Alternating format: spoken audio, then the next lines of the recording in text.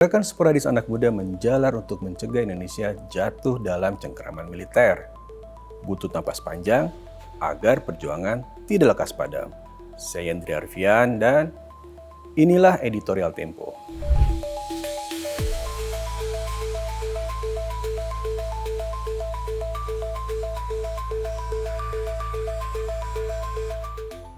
Setahun Indonesia di bawah Prabowo Subianto, militer menguat dan para penentang rezim otoriter digencet dari pelbagai sisi. Sebuah pertanyaan pun muncul.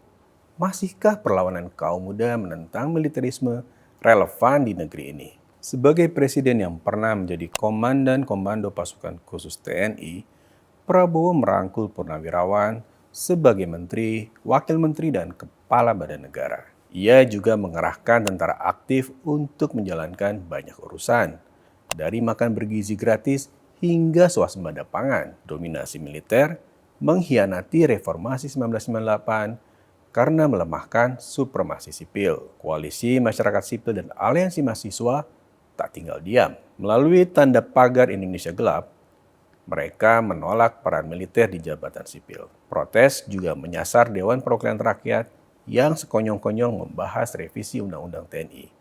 Padahal, semula tidak masuk program legislasi nasional. Edisi Tokoh Tempo 2025 merekam gerakan rimpang menentang militerisme. Mereka berasal dari kampus, kelompok sipil, aliansi ekonom, hingga masyarakat adat. Gerakan ini punya keresahan yang sama. Tidak ingin pengalaman pahit selama Soeharto berkuasa muncul kembali.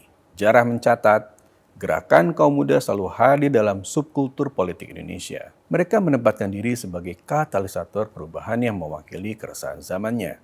Dari era prakemerdekaan, geger politik 1965-1966, Malari 1974, hingga reformasi 1998. Bedanya, kali ini gerakan yang mayoritas dipelopori anak muda bersifat sporadis, menjalar cepat dari bawah tanpa pemimpin tunggal. Sejumlah kampus menolak undang-undang yang memberi karpet merah bagi difungsi TNI. Mahasiswa hukum lintas universitas mengajukan permohonan uji formil undang-undang TNI. Sementara di luar kampus, Aliansi Jogja Memanggil dan Forum Cek Ditiro menggaungkan penolakan undang-undang TNI bersama akademikus, lembaga swadaya masyarakat, mahasiswa, dan seniman kritis. Puncaknya adalah demonstrasi Agustus 2025.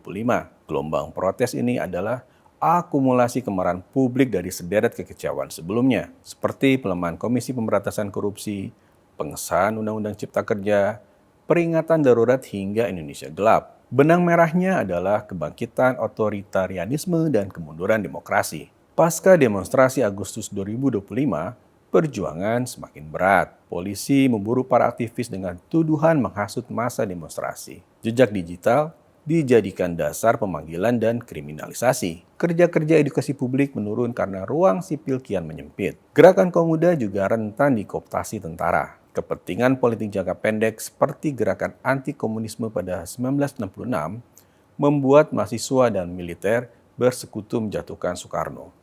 Sementara itu, di era reformasi, sejumlah program seperti Kampus Bela Negara didesain untuk merangkul sebagian mahasiswa, tapi menekan sebagian lainnya. Itu pula yang membuat banyak anak muda kini tak tertarik bergabung dengan organisasi formal seperti Badan Eksekutif Mahasiswa. Sebagai gerakan rimpang, mereka bergerak kolektif dan menolak struktur pergerakan yang sudah mapan karena cenderung hierarkis. Tapi, jalan yang mereka tempuh tidak mudah. Prabowo bertekad menambah 150 batalion infanteri setiap tahun di kabupaten kota hingga 2029.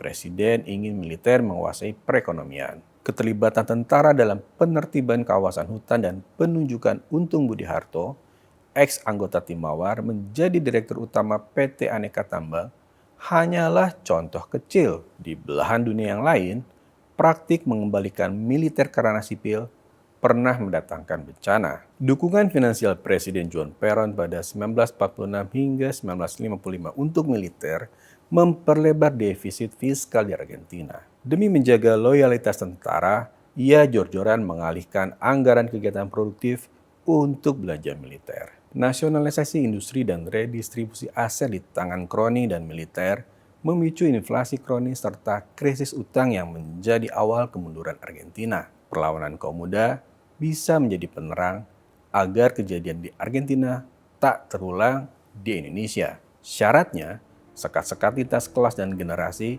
harus didobrak agar gerakan menyebar ke banyak tempat. Gerakan ini butuh napas panjang, karena solidaritas dan kesadaran kolektif tak bisa tumbuh dalam semalam. Simak editorial dan liputan selengkapnya hanya di tempo.co.